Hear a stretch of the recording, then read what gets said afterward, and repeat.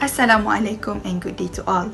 We are from subgroup 3 and today we will talk about one interesting topic, which is biodiesel production potential for fat fraction of municipal waste in Makkah.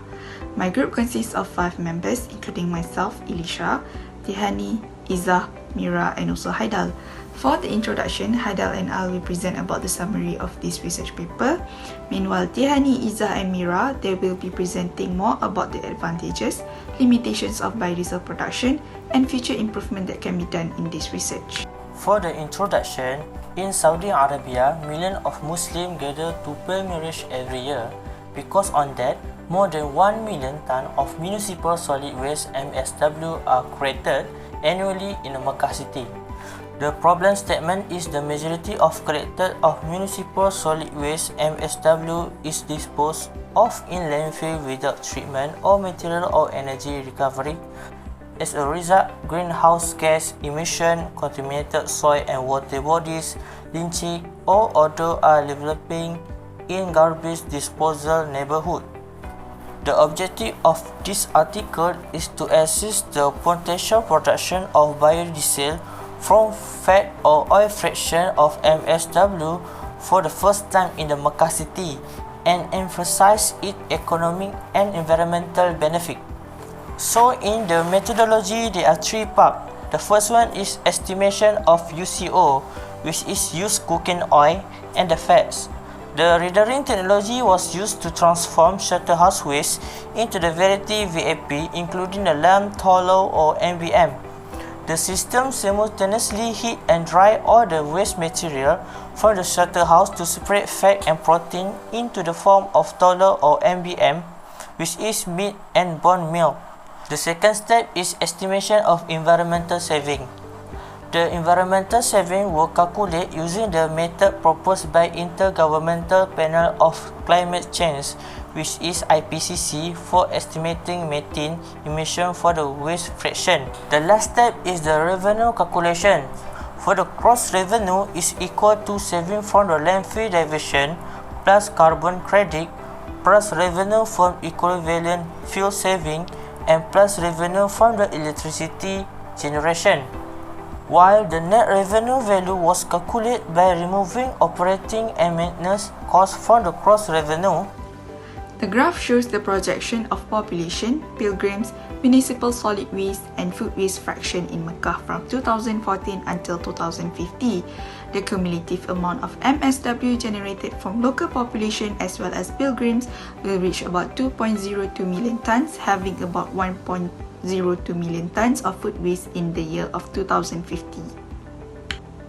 Due to the high production of food waste and MSW, it can contribute toward the electricity potential of biodiesel, glycerol and MBM. The estimated potential of electricity production from biodiesel was 244.19 GWh, while 11.79 GWh electricity produced from glycerol.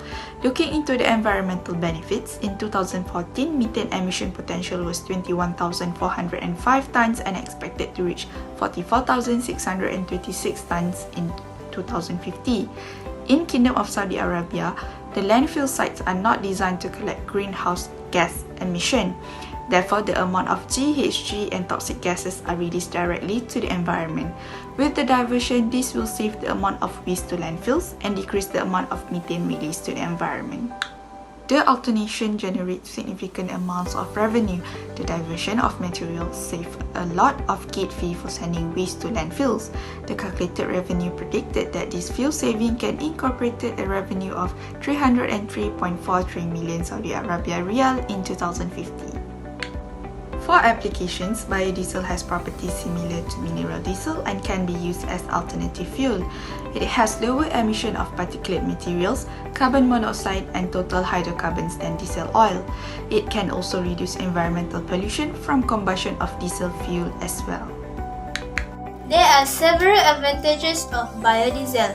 Firstly, biodiesel usage can reduce the emission of greenhouse gases such as carbon dioxide by 80%. Moreover, biodiesel also can reduce the emission of carbon monoxide by 20%, hydrocarbons by 30% and particulate matter by 50%. Therefore, since biodiesel can reduce the emission of hazardous gases to the atmosphere, thus this leads to a positive impact on the environment. Besides that, biodiesel also is much safer compared to conventional diesel since it has low toxicity. Based on Khan et al. 2007, compared to conventional diesel, biodiesel and biodiesel blends have less toxicity to aquatic organisms such as Oncorhynchus micus and Daphnia magna since they cause low mortality rate for both of the organisms compared to the diesel. Other than that, biodiesel is known as biodegradable. Based on Mariano et al. 2008, compared to conventional diesel, biodiesel blend which contain higher concentration of biodiesel has been shown to have higher biodegradability. This is because since biodiesel is a natural product which consists of pure fatty acids, thus it can be metabolized much easier compared to the diesel. Proceeding to the disadvantages, one of the disadvantages of using biodiesel is that it is not as efficient as compared to the use of the standard petroleum. This is because the biodiesel has a much lower energy compared to the petroleum, which in turn will causes it to have more fuel consumption. Another disadvantage is that the biodiesel is incompatible with the standard diesel engine that is used in transport. The materials that is made to create the diesel engine is to cater to petroleum and cannot withstand the components that is present within the biodiesel, such as the methanol and the free fatty acids, which will damage the engine and causes leakage. The production of the biodiesel is also very expensive as the technology advancement now is still at its infancy. Finally, one of the byproducts that is produced by the biodiesel is nitrogen oxide variables. The nitrogen oxide variables is very dangerous because it can enter the human respiratory system and causes lung inflammation. There are several future improvements that can be taken. Firstly, based on this italic statement, the laboratory scale should be upgraded to a pilot scale and industrial process stage. It can enhance biodiesel production and process to more optimum and efficient by increasing high yield of biodiesel production and helps to determine the best conditions before industrial production starts. Secondly, the vessel of the reactor should use metallic acid resistant materials. Metal alloys such as tantalum and titanium provides more protection than stainless steel under a wide variety of conditions without loss or damage due to corrosion. Besides, it can also eliminate downtime due to equipment failure, eliminate process leaks, and provide superior corrosion resistance. Lastly, the landfill should be implemented with synthetic membranes such as a collection of pipes. It can prevent the toxin from escaping into soil by draining the toxin into pipes to discharge into a sewage system where they can retain.